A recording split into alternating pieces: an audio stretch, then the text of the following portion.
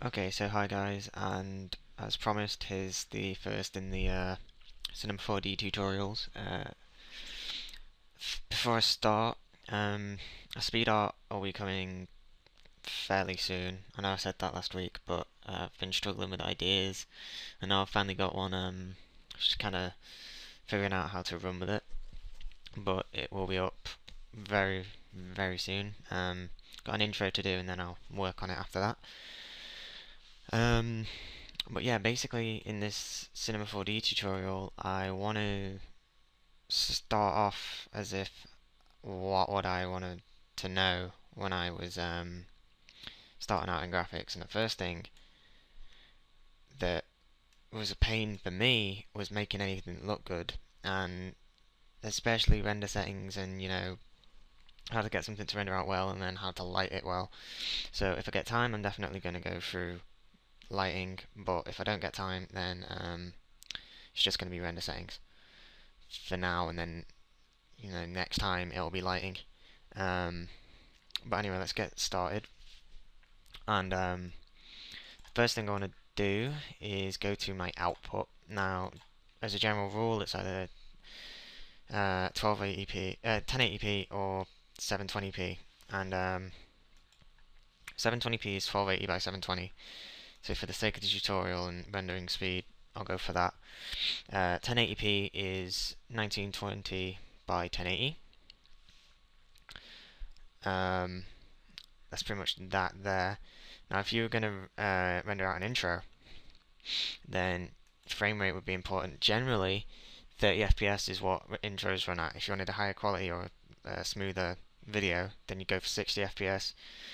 But if you want a super quick render, then 24 frames per second is what you're going to want to run, because that's the lowest frame rate that you can get before the eye notices it. But seeing as we're just doing it for pictures mostly today, and rendering a model or something, that's what we'll go with. Saving. Now this is where obviously you're going to save it. First, you can save it to wherever you want. Just click there, and for the sake of this, I'll say my Cinema 4D renders, and I'll call it 1, something like that. And then, if you want a transparent background and also just a higher quality, go to PNG.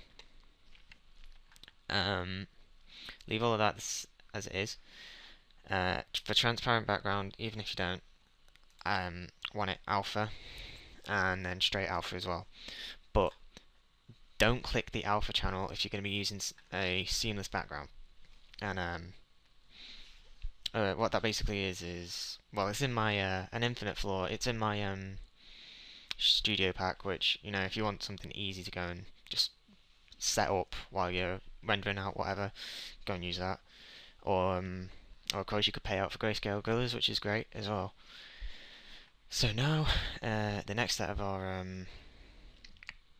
render settings, multipass really doesn't matter.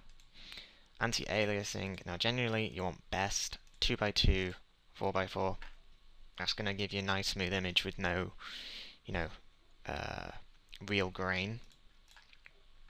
Options. The only thing you want to really change in options is reflection depth to 10, and that just gives your reflections a little bit, more detail.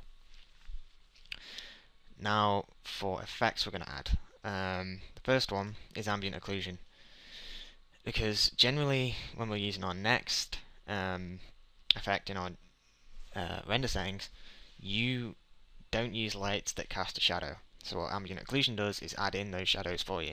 Now it will add some time to your rendering, but it is worth it. What I generally quite like to use on this is a minimum sample of 10 with a maximum of 100, and that gives you a fairly nice shadowing. And depending on how big or detailed you want your shadows to be, turn up those samples and they will become less grainy. So next is global illumination.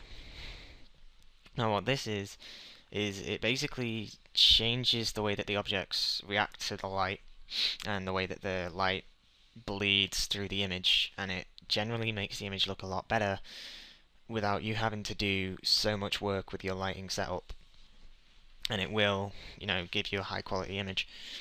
So basically what I do is I turn my oversampling to medium, that sorts out the grain, put details enhancement on, and I leave all of these pretty much the same apart from I put the record density to high. That's the one that's really, gonna take the render time into account.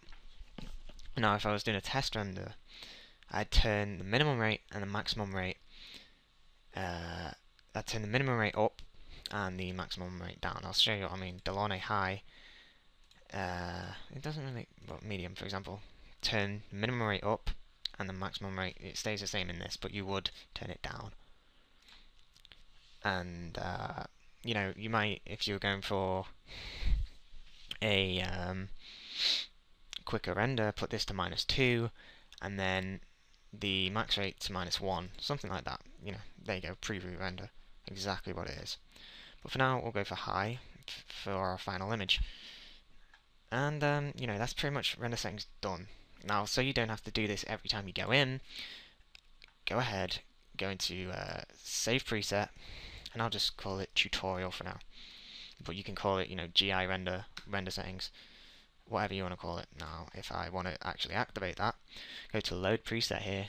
I've got all my ones from here. If you get the Howard Studio pack, or you've got any other pack that's got render settings in it, go with them, or whatever you want to run yourself, So now I choose Tutorial, and at the moment nothing's changed, but I want to make sure I'm clicking this square here, and now that'll be my active render settings. And that is, pretty much the basics of render settings. I do have a little bit of time, so I'll go through some lighting with you. Now, what I'm going to do is I am going to grab a floor from this menu here. And just for the sake of this, I'm going to grab a sphere too. I'm going to grab my sizing tool up here, and I'm going to bring it down. I'm going to bring it over. I'm also going to bring it here. I'm going to click this window here so I can make sure it's not really hovering above the floor, it's just on the floor. There we go. Okay, so I've got that.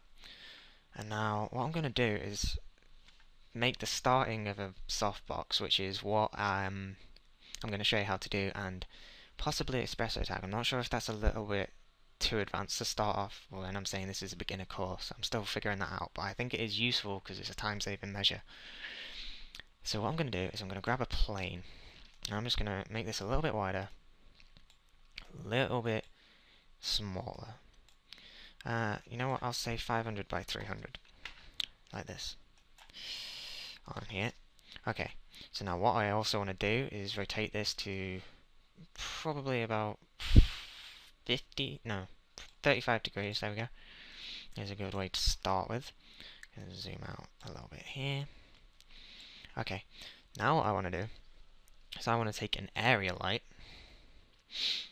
I want to go to base coordinates. No. What's it on? Well, basically what I want to do is make it the same size as my plane. So I'll go to 35 degrees again. I'll move it up so it's about the same as the plane. I must do... No, I'll just get the rotation right. There we go. One more, I think. Yeah. Okay, so they're matching on rotating. Now, what I want to do, move this up and just size it out until it's the same there. Size it up until it's the same there. And, we've pretty much got it. Just trying to see. I think it's, yeah, it's on details. If we just go 500 by 300.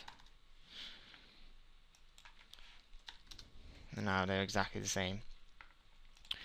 And what we want to do on our light is we want to change the intensity of it to 75%. We want to say shadow, area, and we want to go to our shadow menu here, change it to 3, minimum samples and 300 on the max. And there we go. Now we are going to go onto our plane, but first we want to create a new material, so just double click here, turn off color, turn off specular, turn on luminance, leave it at 100, and that'll do fine for this purpose. What we want to do is we're going to go to Cinema 4D tags, compositing, cast shadows off on our plane. Now I'm going to select these two, and I'm going to click this one, then I'm going to hold control and click this one, press Alt G so it's all one, and now I can move it both at the same time without having to move the other one as well. I'm just going to move this up a bit off my scene, so it's still lighting it fairly well. Now I'm going to make a quick material. I'm going to just put this one straight on my floor. Now I'm going to make another material, and this is going to be a basic glossy material. So for this I want a blue, you can use whatever colour. Luminance, I'm going to put that to 10. And now I'm going to make sure that the colour is exactly the same as the blue I'm using. So 0, 153, and 255 is the particular colour I'm using. Reflections, leave them white. Put that down to about 10% again. Actually 20% is usually quite good. Texture, Fresnel. And the mix strength, that only about 10%. And now I'm going to put that onto my sphere here. Now I'm going to go ahead and get into a position on my sphere where I'm kind of getting everything in terms of shadowing as well. And I'm going to press my render here.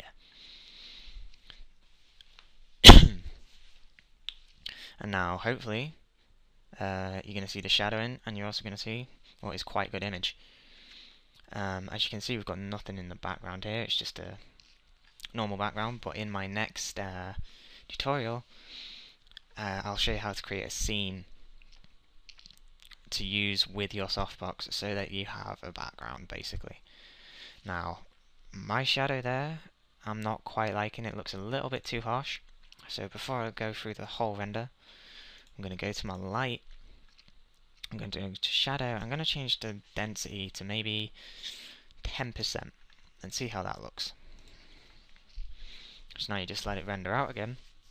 I'm not using a preview render at the moment because I'm only rendering out a sphere and it's going to be pretty quick, but if you were rendering out something with more polygons, for example you've made your own model and you want to make it look good using this kind of technique, then you're going to want to use a preview render and then for later on add in these better render settings, because you're going to want to preview quick to make sure everything's looking kind of good, but it's not going to take too long when you're trying to work on something to actually render out. Now here the shadow's looking a lot better. I prefer to have my shadows less dense. Some people don't like that, some people like it quite harsh. It's all down to you. You can play with all these settings yourself so that you've got something that you like. But this is pretty much the first tutorial for me, and straight away, if I'd have known this, my work would have been looking a lot better. I'm going to be doing Cinema 4D and Photoshop together because generally they do work in quite well.